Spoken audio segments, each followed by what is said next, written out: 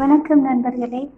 நான் இன்றைக்கு கீரை வடை செய்திருக்கேன். இங்கே பாருங்கள், சாப்பாடுகள் பெருசாக செய்ய தெரியாது. இப்போ தான் சின்ன சின்ன சாப்பாடாக செய்து கற்றுக்கிறேன். இன்றைக்கு கீரை வடை செய்திருக்கேன். இந்த பாருங்க தான் கலவை.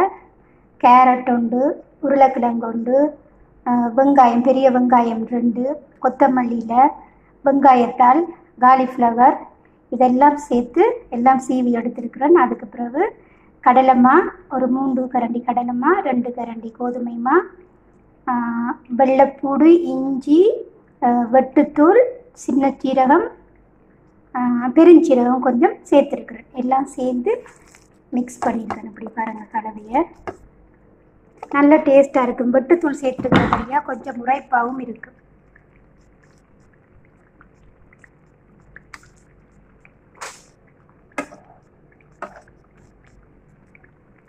பிடிச்சிருந்தா நீங்களும் ஒரு தடவை செய்து பாருங்கள்.